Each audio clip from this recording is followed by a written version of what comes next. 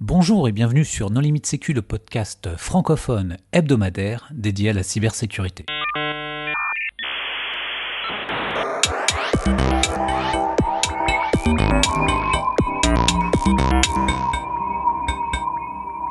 Alors aujourd'hui, nous allons réaliser un épisode avec Roland Atouy de la société Red Alert Labs.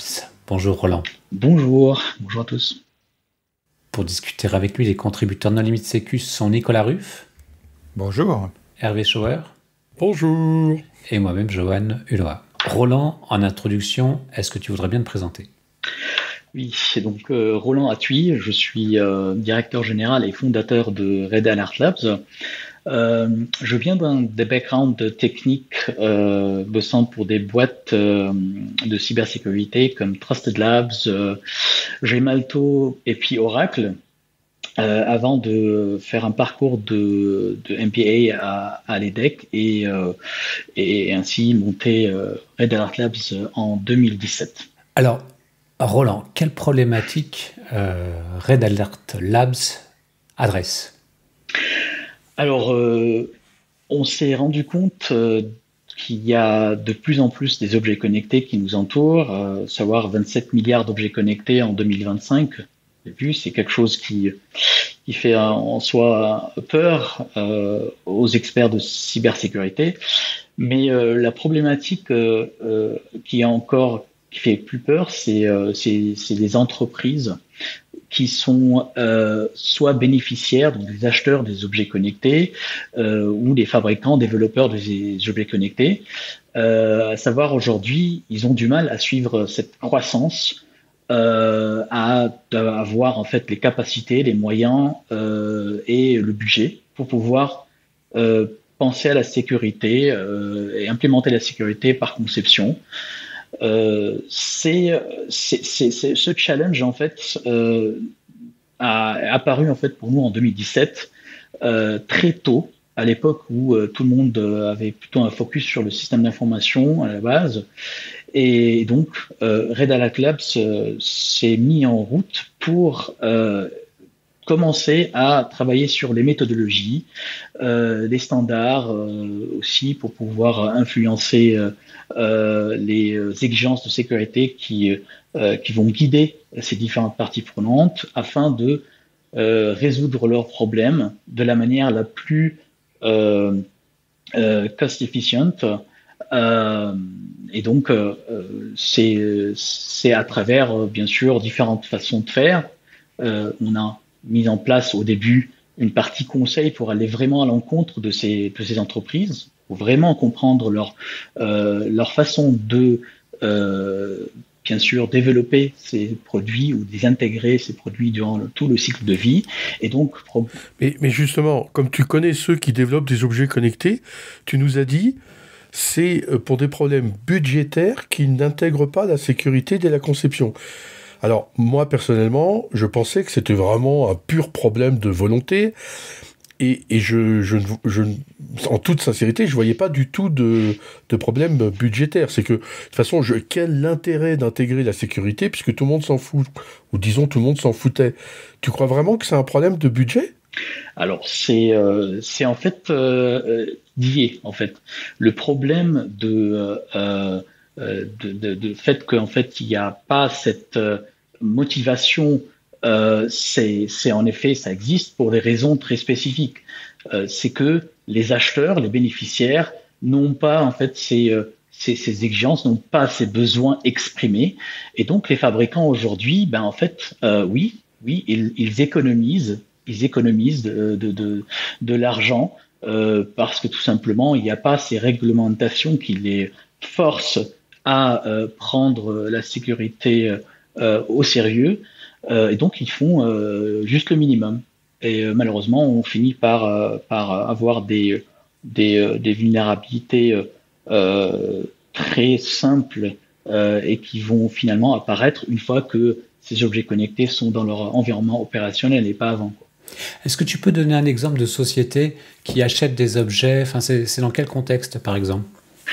Alors, il y en a plusieurs sociétés aujourd'hui qui achètent des objets connectés. On peut parler vraiment des simples entreprises qui vont intégrer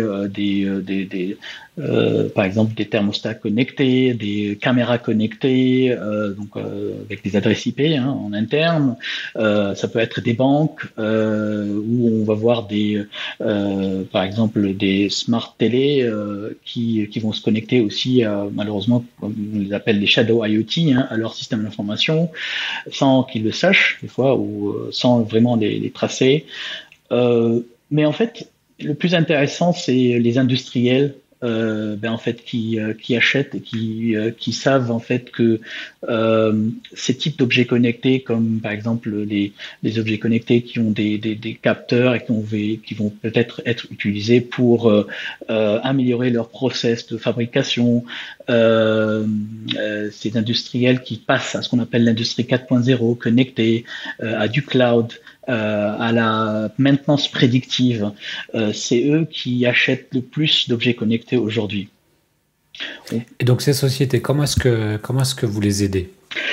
Alors, ces sociétés qui sont donc acheteurs et bénéficiaires de ces objets connectés, comme j'ai dit, ils ont vraiment ces problématiques réelles de pouvoir exactement comprendre quelles sont les solutions, quel est le niveau de sécurité de ces solutions, de ces produits connectés qu'ils achètent. Donc ils finissent finalement par faire une sorte de confiance un peu aveugle aux fournisseurs, que ce soit parce qu'ils s'appellent un nom reconnu ou par exemple parce qu'ils ont confiance dans leurs services, ils ont travaillé avec eux avant, mais n'ont pas malheureusement le temps pour aller auditer ces objets connectés eux-mêmes. Soit voilà, ils vont pas mettre, on va dire, les budgets nécessaires pour aller faire à chaque fois intervenir des prestataires. Certainement, quand il y a des boîtes qui achètent plein de types d'objets connectés tout le long de l'année. Donc en fait, ces boîtes-là ont besoin des solutions, des tiers parties prenantes, des sociétés indépendantes spécialistes dans la sécurité des objets connectés. Donc en fait, Red Alert Labs s'est présenté depuis des années comme ce tiers partie de confiance qui s'est mis entre ses acheteurs et ses fabricants pour pouvoir prendre en charge toute la partie d'évaluation, de conseils aussi pour les fabricants, et donc en fait de délivrer des résultats objectifs sur le niveau de sécurité de ces objets connectés afin de permettre à ces bénéficiaires, ces acheteurs, de prendre les bonnes décisions. Donc c'est une des façons de faire. Bien sûr, l'innovation faisant partie, on va dire, c'est une pierre angulaire de ce qu'on sait faire depuis sur le côté sur les services, nous a permis en fait de pouvoir développer des cadres de sécurité spécifiques à l'IoT, de pouvoir automatiser des process, mais aussi de créer des outils. Donc notamment la dernière innovation qui consiste à fournir en fait une plateforme SaaS assez bénéficiaires de la solution des solutions IoT pour leur permettre d'une manière rentable à évaluer d'une manière illimitée, s'ils veulent, les objets connectés en se déléguant en fait toute cette activité à la plateforme où on s'occupe en fait du reste, que ce soit d'une manière automatisée complètement ou bien sûr en faisant intervenir les laboratoires accrédités ou pas, suivant le type de sécurité. Mais un objet, c'est physique. Alors comment vous avez réussi à faire un logiciel en mode SaaS qui permet de le tester? Donc c'est une très bonne question parce que il y a plusieurs façons d'évaluer. Je parle d'évaluer de la sécurité des produits connectés. Ça commence par l'évaluation de la conformité. Donc c'est-à-dire qu'on a par exemple des référentiels, des exigences de sécurité, hein, qui vont tout simplement se faire passer comme comme de bases de validation pour permettre à ces fabricants, ces développeurs ou celui, on va dire, qui est responsable de fournir des preuves pour au moins justifier qu'il a mis en place, on va dire, des exigences de sécurité. Donc ça, c'est la première façon. Donc c'est tout simplement quelqu'un qui déclare qu'il n'a pas de mot de passe par défaut ou il y a une authentification forte. C'est déjà une première une part, on va dire, de pouvoir exprimer un certain niveau de sécurité qu'on permet en fait de vérifier avant d'aller vraiment le tester. Donc, en effet, quand on va aller tester, hein, donc il y a plusieurs façons aussi de faire. Donc, il y a en effet des tests qui peuvent être exécutés sur le binaire, du firmware par exemple. Ça peut permettre de scanner les vulnérabilités connues. Ça peut aussi couvrir un certain type d'attaques ou des exigences qui sont par exemple dans des référentiels. Mais au-delà de ça, en effet, c'est la raison pour laquelle on dit que la plateforme, elle permet de connecter les différentes parties prenantes.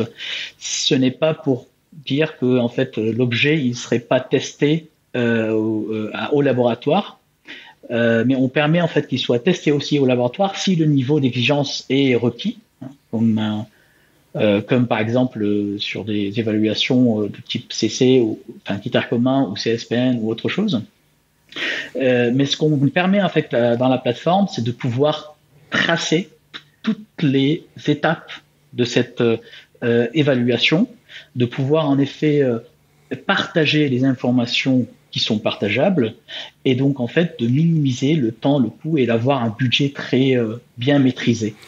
Ça, mais le fabricant de l'objet connecté, il peut télécharger son firmware et vous allez l'analyser automatiquement, manuellement, parce qu'il y a des tas de microcontrôleurs complètement différents dans le monde de l'IoT.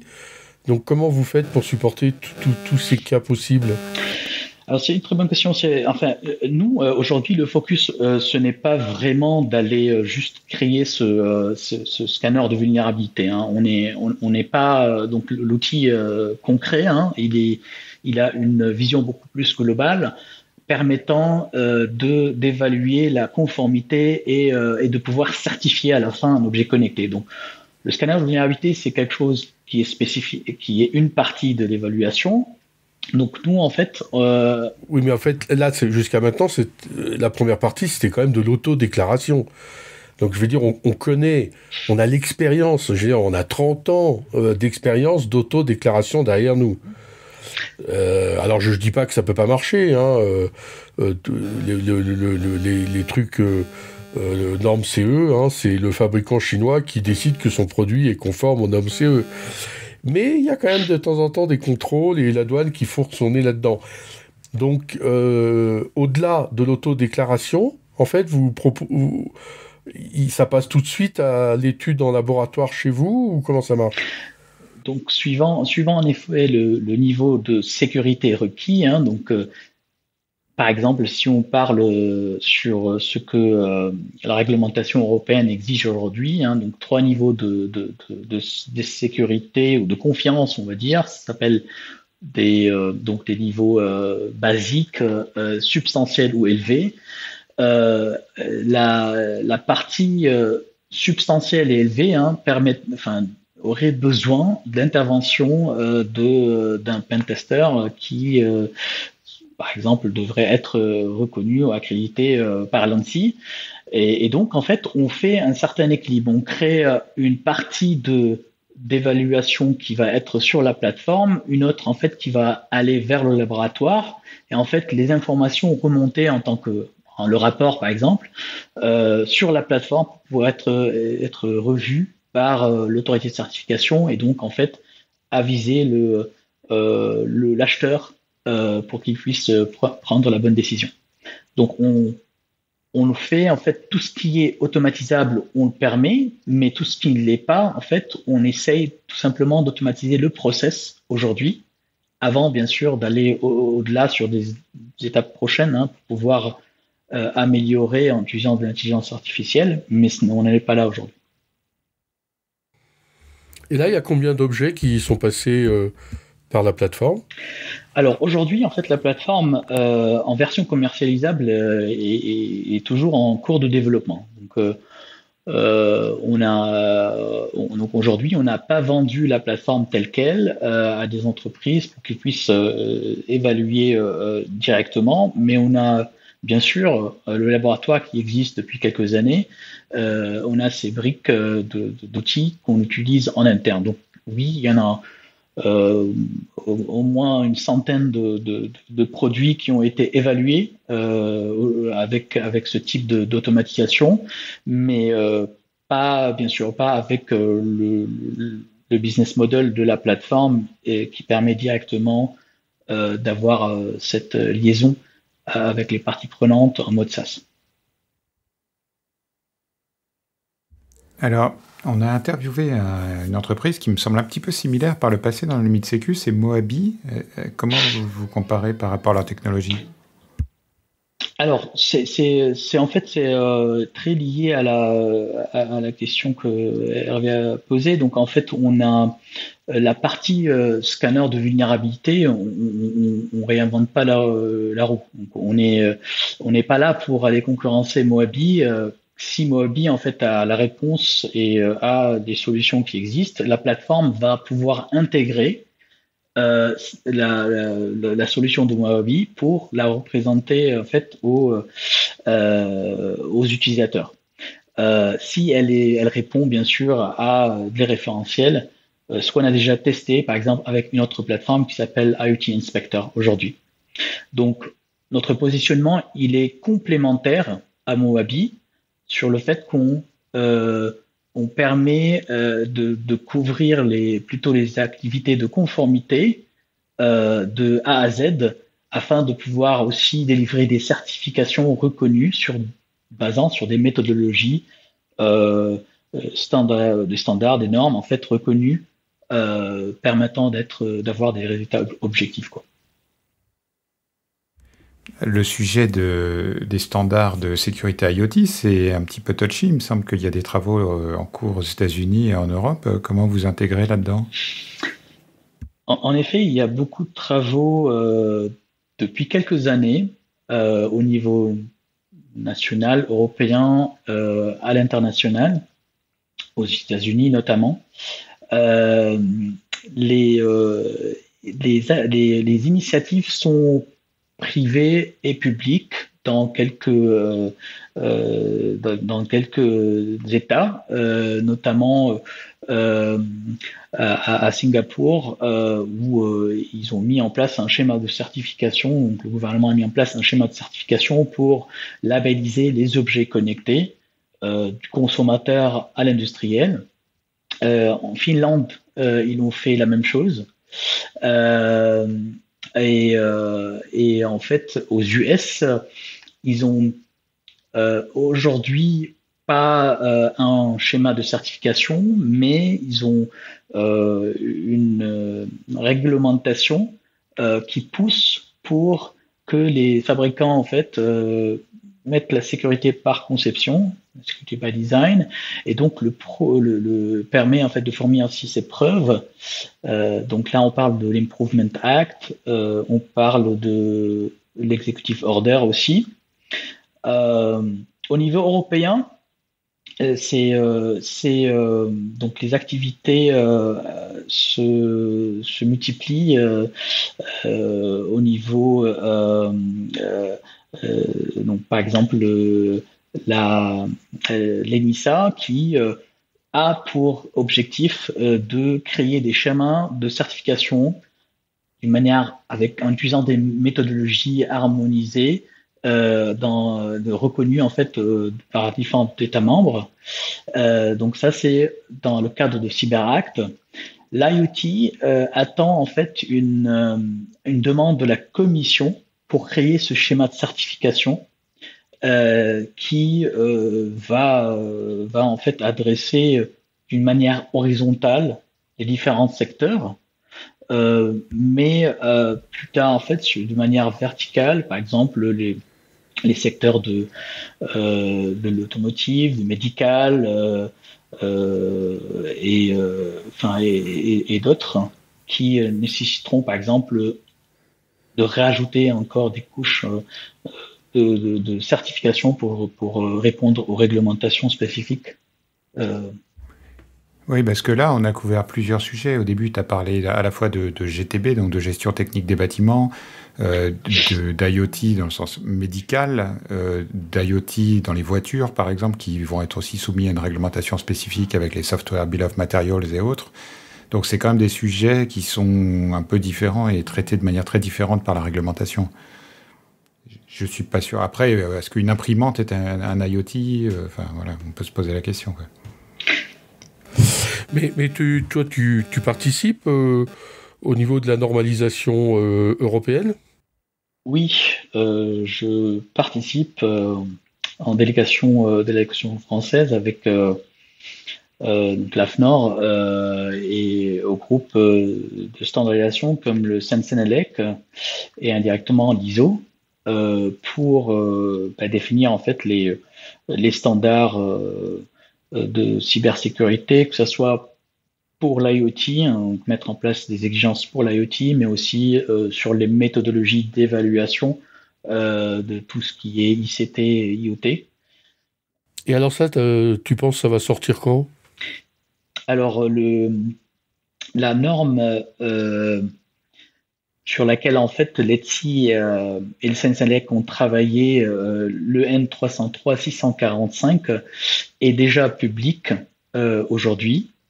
Il y a une autre partie technique qui est toujours en cours de développement qui s'occupe de la partie conformité, donc en fait comment utiliser en fait les provisions ou les exigences de l'EN 645.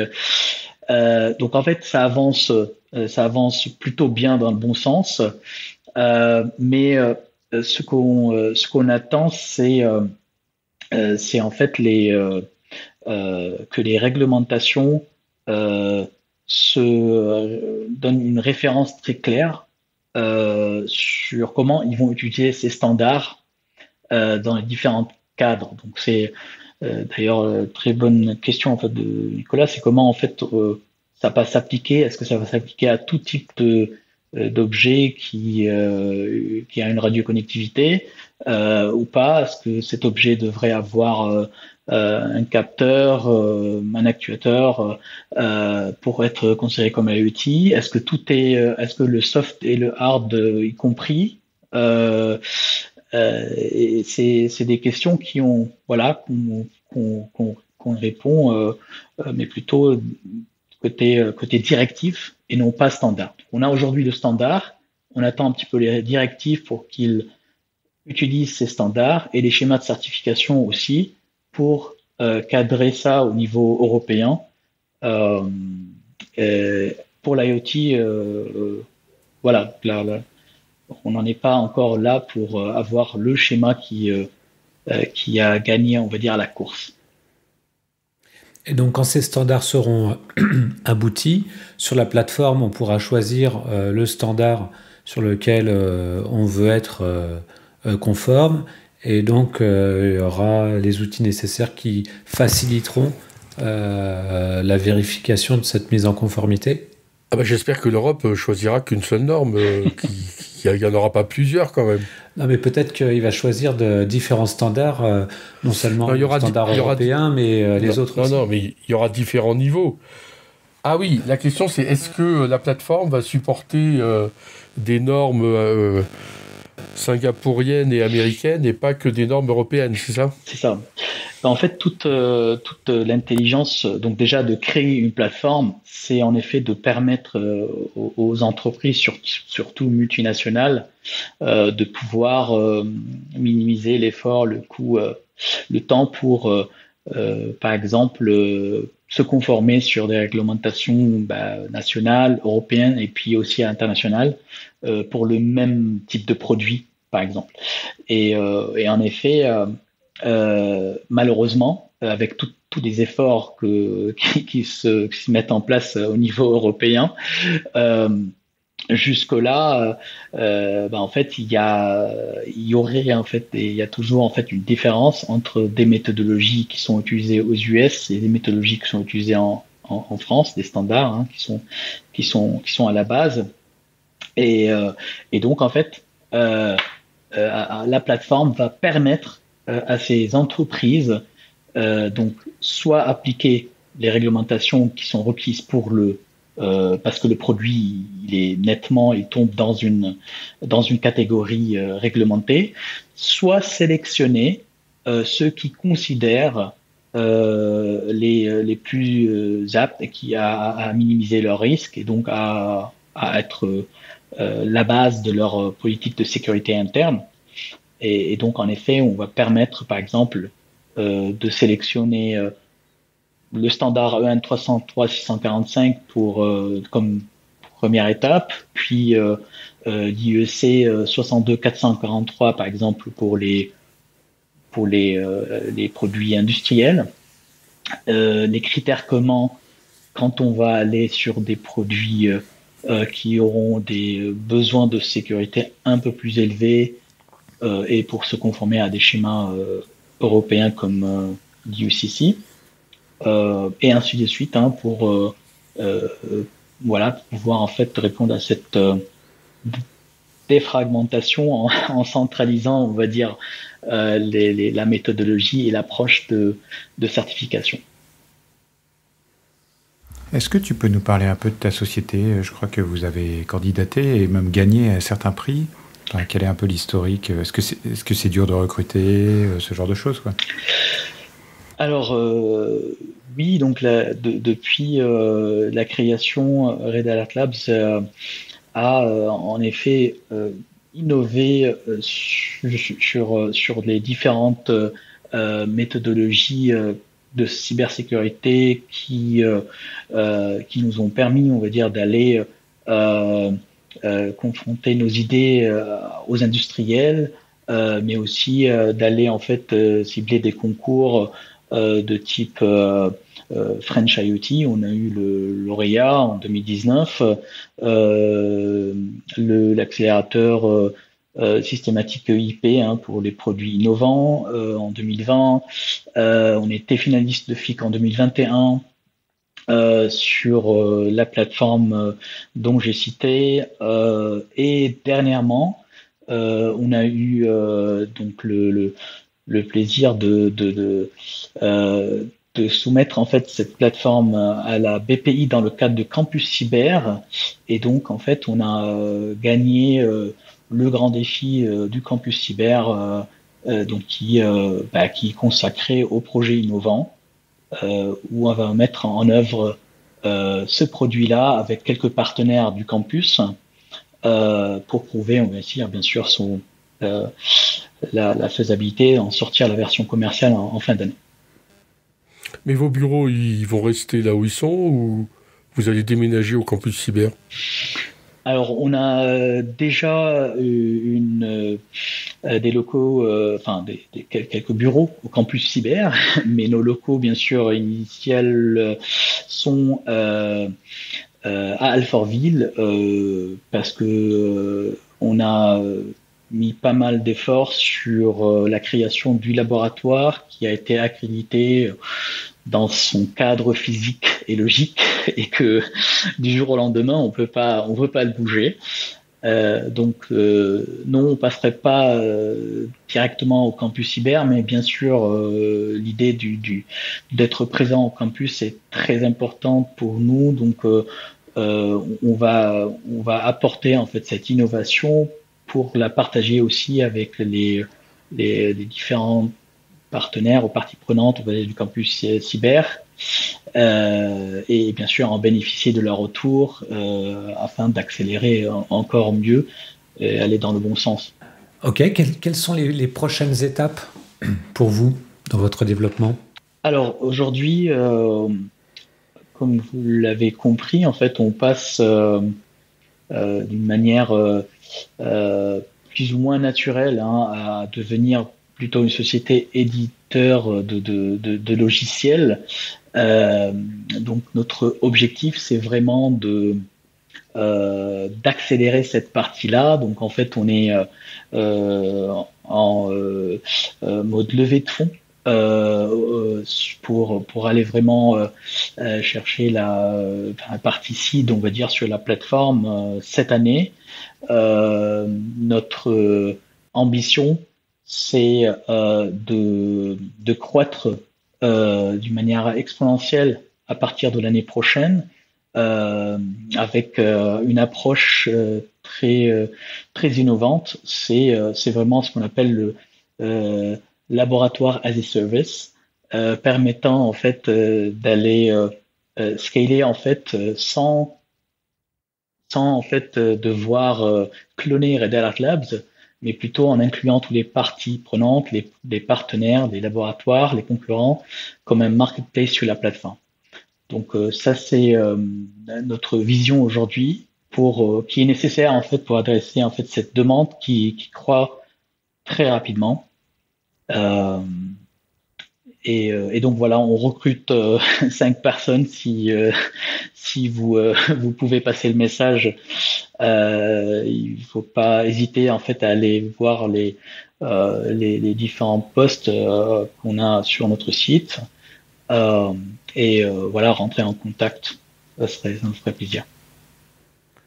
Bah justement, comment est-ce si un auditeur est intéressé, comment est-ce qu'ils font pour rentrer, comment est-ce qu'il fait pour rentrer en contact avec toi? Alors, donc, pour se renseigner sur Red Alert Labs, il faut aller sur www.redalertlabs.com. Sinon, mon adresse mail, roland.atui@redalertlabs.com. Je serai ouvert à toute question. Sinon, on a bien sûr la page carrière sur le site web aussi, si vous voulez aller postuler pour les candidatures, par exemple spontanées, c'est possible. Il faut pas hésiter à les voir. Et c'est plutôt quel type de profil que vous recherchez? Alors aujourd'hui, on recherche essentiellement des développeurs full stack, mais qui ont bien sûr en point bonus compétences en cybersécurité. Donc c'est un atout de compréhension un petit peu de ce monde de l'IoT, c'est toujours un atout. Mais voilà, on est plutôt sur ces profils qu'on recherche aujourd'hui. Bien sûr, on recrute tout le temps des profils d'experts de cybersécurité. Donc ça, c'est en général des ingénieurs qui ont des compétences en informatique ou en système embarqué et qui souhaitent en fait aller voilà, voir en fait le côté laboratoire des choses, comment ça se passe. Donc, nous sommes ouverts aussi à toute candidature de ce type-là. Ok, Roland, est-ce que tu voudrais apporter le mot de la fin? Ah bah, l'IoT, c'est quand même un domaine où on s'éclate, hein, encore plus que dans la cyber en général. C'est vrai. C'est vrai que en fait, nous avons aujourd'hui cette vraiment spécialité qui permet de mettre un critère un peu plus tangible que pour les experts de cybersécurité, de les motiver à aller explorer en fait cet environnement, ce domaine-là, de manière un peu plus passionnante, surtout quand on touche à des secteurs du consommateur, du grand public, et qui passionne tout le monde.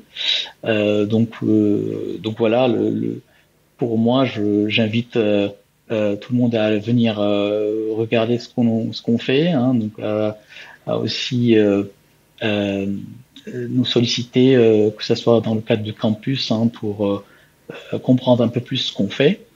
Donc on serait ravis de partager. On fait aussi pas mal de webinaires, de blogs en ligne.